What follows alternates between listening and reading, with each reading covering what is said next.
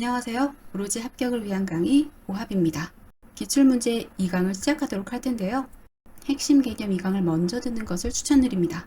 첫 번째 문제 가도록 하겠습니다. 제품에 대한 소유권을 갖고 제조업자로부터 제품을 취득하여 소매상에게 바로 운송하는 한정기능 도매상으로 오른 것은 지난 시간에 한정기능 도매상의 종류에 대해서 공부를 했었죠. 재고 보관에 대한 부담이 없으면서 제조업자로부터 소매상에게 바로 물건을 운송하게끔 하는 도매상은 바로 직송 도매상이었습니다. 재고 보관을 해야 되는 부담이 없기 때문에 물류 비용이나 인건비를 절감할 수 있는 장점이 있다라고 설명했었죠. 그래서 정답은 4번 직송 도매상이 되겠습니다. 다음 문제입니다. 소매업체의 유형에 대한 설명으로 옳지 않은 것을 고르는 문제입니다. 1번 복합 쇼핑몰은 쇼핑을 하면서 여가도 즐길 수 있게 구성된 대규모 상업시설이다. 맞습니다. 우리나라의 대표적인 복합 쇼핑몰은 스타필드가 있다 라고 설명을 드렸죠. 2번 팩토리 아울렛은 제조업체가 직영체제로 운영하는 상설 할인 매장이다. 맞는 설명입니다. 일단 아울렛은 크게 두 가지 종류가 있습니다. 디자이너나 패션 제조업체가 직영하는 경우가 팩토리 아울렛 또는 제조업체 아울렛이라고 하고요. 우리가 흔히 알고 있는 현대 프리미엄 아울렛이라던가 롯데 프리미엄 아울렛 이런 거는 패션 백화점이나 전문점이 직영하는 유통업체 아울렛이 되겠습니다. 3번 편의점은 고객의 접근성이 높은 지역에 위치하며 고마진, 저회전율을 특징으로 한다. 틀린 설명입니다. 편의점은 고마진, 고회전율을 특징으로 하는 소매업체였습니다. 정답은 3번이 되겠고요. 4번 창고형 할인점은 고객 서비스 수준은 최소로 제공하지만 넓은 매장에서 저렴한 가격으로 상품을 제공한다. 맞는 설명입니다. 트레이더스나 코스트코가 이 창고형 할인점에 해당합니다. 5번 전문 할인점은 특정 상품에 대해 깊이 있는 상품 구색을 갖추고 있다. 제가 지난 강의에서 카테고리 킬러 설명하면서 ABC마트, 하이마트를 예로 설명을 드렸던 부분입니다. 그래서 정답은 3번이 되겠습니다.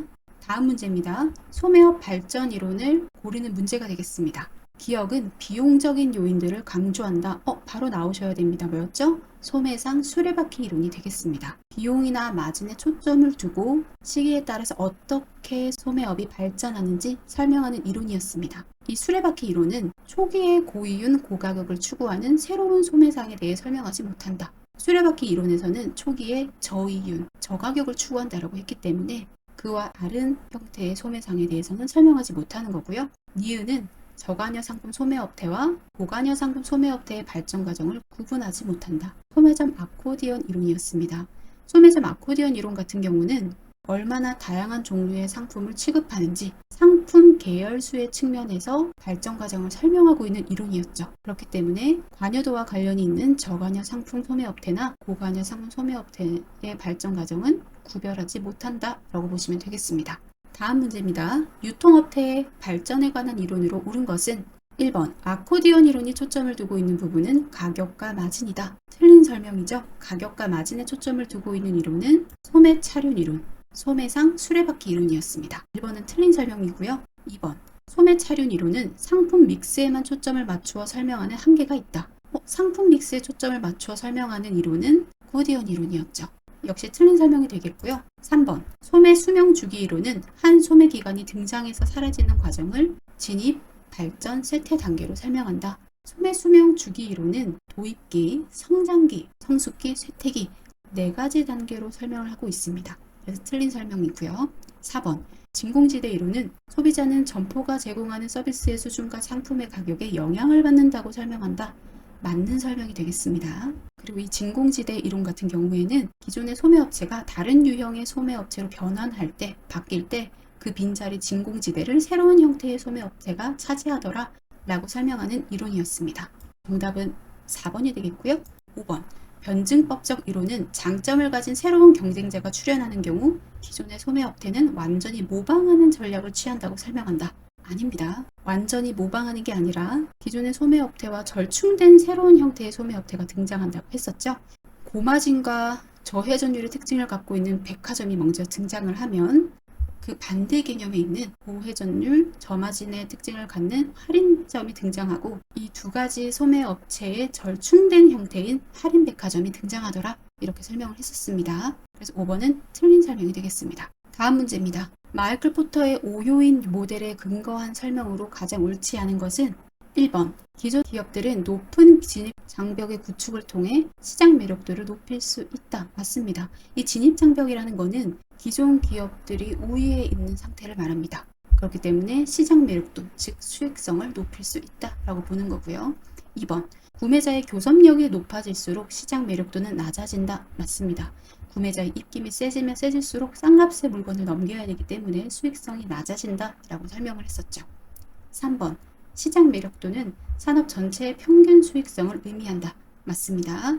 4번. 경쟁자, 공급자, 구매자가 분명하게 구분되는 것을 가정한다. 맞는 설명이었죠. 5번. 대체재가 많을수록 시장의 매력도는 높아진다. 대체재는 말 그대로 대체할 수 있는 물건이 많은 거예요. 우리 기업의 물건을 굳이 사지 않아도 다른 기업 물건으로 대체가 가능하기 때문에 시장 매력도는 낮아진다.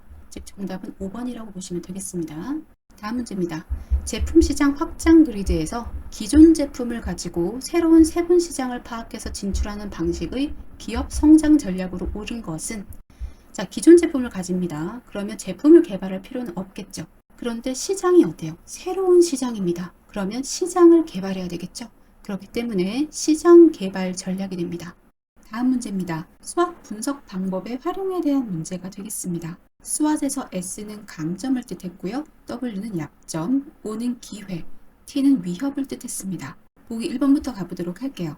기회를 최대화하고 위협을 최소화한 기업 자원의 효율적 사용이 목표이다. 맞는 설명이 되겠습니다. 2번. SO 상황에서는 강점을 적극적으로 활용한 시장 기회 선점 전략을 구사한다. 맞습니다. 기업 내부 환경에 강점도 있고요. 외부 환경에 기회까지 있는 상황이기 때문에 시장 기회를 선점할 수 있도록 공격적인 전략을 구사하게 됩니다. 3번. WT 상황에서는 약점을 보완하기 위해 투자를 대폭 강화한 공격적 전략을 구사한다. 아까 공격적 전략은 SO 상황에서 구사하는 거였죠. WT 상황은 기업의 내부 약점과 외부 위협이 공존하기 때문에 사업 철수 전략을 고려합니다. 때문에 정답은 3번이 되겠고요. 4번. WO 상황에서는 약점을 보완하여 시장의 기회를 활용할 수 있는 전략적 제휴를 실시한다. 맞는 설명이죠. 5번. ST 상황에서는 시장의 위협을 회피하기 위해서 제품 확장 전략을 사용한다. 맞습니다. S. 강점이 있는 상황이죠. 그렇기 때문에 이 기업 내부의 강점을 적극적으로 활용하고 위협을 회피할 수 있는 제품 확장 전략을 사용합니다. 다음 문제입니다. 에머슨의 직계 참모식 조직, 단점에 대한 설명으로 옳지 않은 것을 고르라는 문제입니다. 이 라인 스태프 조직으로 제가 설명을 드렸었는데요. 1번부터 가보도록 하겠습니다. 명령 체계와 조언, 권고적 참여가 혼동되기 쉽다. 맞습니다. 라인 조직에서 명령 체계를 담당하고 있고요. 조언과 권고는 스태프 조직에서 담당하고 있죠. 그렇기 때문에 이 두 가지가 혼동되기가 쉽다. 맞는 설명이고요. 2번. 집행 부분이 스태프 부분의 자료를 신속 충분하게 제공하지 않으면 참모 부분의 기능은 잘 발휘되지 못한다. 맞는 설명이 되겠습니다. 스태프 조직은 자료를 바탕으로 해서 조언을 하는 역할을 하기 때문에 이 자료를 신속하게 공급받지 못하면 참모 기능은 잘 발휘되지 못하겠죠. 3번. 집행 부문의 종업원과 스태프 부문의 직원 간의 불화를 가져올 우려가 있다. 그렇습니다.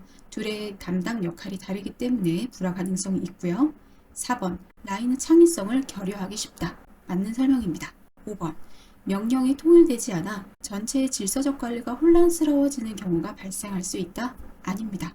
이 직계 참모식 조직은 지휘 명령권이 굉장히 명확하죠. 때문에 이 명령이 통일되지 않는다라는 이야기는 옳지 않은 설명이 되겠습니다. 정답 5번 되겠습니다. 다음 문제입니다. 동기부여와 관련된 여러 가지 학설에 대한 설명으로 옳지 않은 것을 고르는 문제입니다. 1번.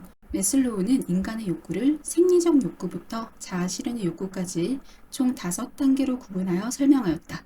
맞는 설명입니다. 2번. 맥클리란드는 성장, 관계, 생존의 3단계로 구분하여 설명하였다. 아닙니다. 2번은 알더퍼의 ERG 이론을 설명하고 있습니다. 알더퍼는 매슬로우의 욕구 단계 이론을 발전시켰습니다. 욕구가 단계적으로 나뉘는 것은 인정한다고 하면서도 5단계가 아니라 3단계로 구분을 해서 설명을 했죠. 그래서 정답은 2번이 되겠고요. 3번 가보도록 하겠습니다. 알더퍼의 경우 한 차원 이상의 욕구가 동시에 동기부여 요인으로 사용될 수 있다고 주장하였다. 맞습니다. 때문에 이 매슬로우가 주장한 5단계 욕구를 3단계로 구별할 수 있었던 거죠. 4번 가보도록 할게요. 허츠버그의 동기 요인에는 승진 가능성과 성장 가능성이 포함된다. 맞습니다. 허츠버그의 2요인 이론에 대한 설명인데요. 동기 요인은 직무 자체에 관련된 요인들이었습니다. 5번, 허츠버그의 위생 요인에는 급여와 작업 조건이 포함된다. 맞는 설명입니다. 위생 요인은 직무 자체가 아니라 직무 환경에 관련된 요인들이었습니다. 급여, 작업 조건, 동료와의 관계 이런 것들이 포함되어 있었습니다. 그래서 정답은 2번이 되겠습니다. 다음 문제입니다. 아래 글상자의 동기부여 이론을 설명하는 내용으로 가장 옳은 것은 첫 번째 맥그리거가 제시했다. 맥그리거를 보시는 순간 XY 이론이라는 걸 아셔야 돼요. 동기부여 이론을 공부하실 때는 그 이론의 내용도 중요하지만 이 이론을 주장한 학자의 이름까지 같이 알아두셔야 됩니다. 두 번째, 종업원은 조직에 의해 조종되고 동기부여되며 통제받는 수동적인 존재다. 맞습니다. 이 설명은 X이론에 해당되는 설명이죠. 그럼 보기 보도록 하겠습니다. 1번, 위생요인에 대해 설명하는 이론이다. 위생요인은 허츠버그의 2요인 이론에 해당되는 내용이었습니다. 하지만 이 글상자는 맥그리거의 XY 이론을 담고 있다. 2번, 인간의 행동을 지나치게 일반화 및 단순화하고 있다는 문제가 있다. 맞습니다. 인간의 행동을 지나치게 단순화하고 있다는 비판을 받고 있는 게 바로 이 맥그리거의 XY 이론입니다. 3번, 고차원의 욕구가 충족되면 저차원의 욕구를 충족시키기 위해 노력한다. 이렇게 고차원의 욕구와 저차원의 욕구를 구분한 학자는 바로 매슬로우가 되겠습니다. 하지만 이 매슬로우는요, 저차원의 욕구가 충족되어야 고차원의 욕구의 동기가 유발된다 라고 설명을 했습니다.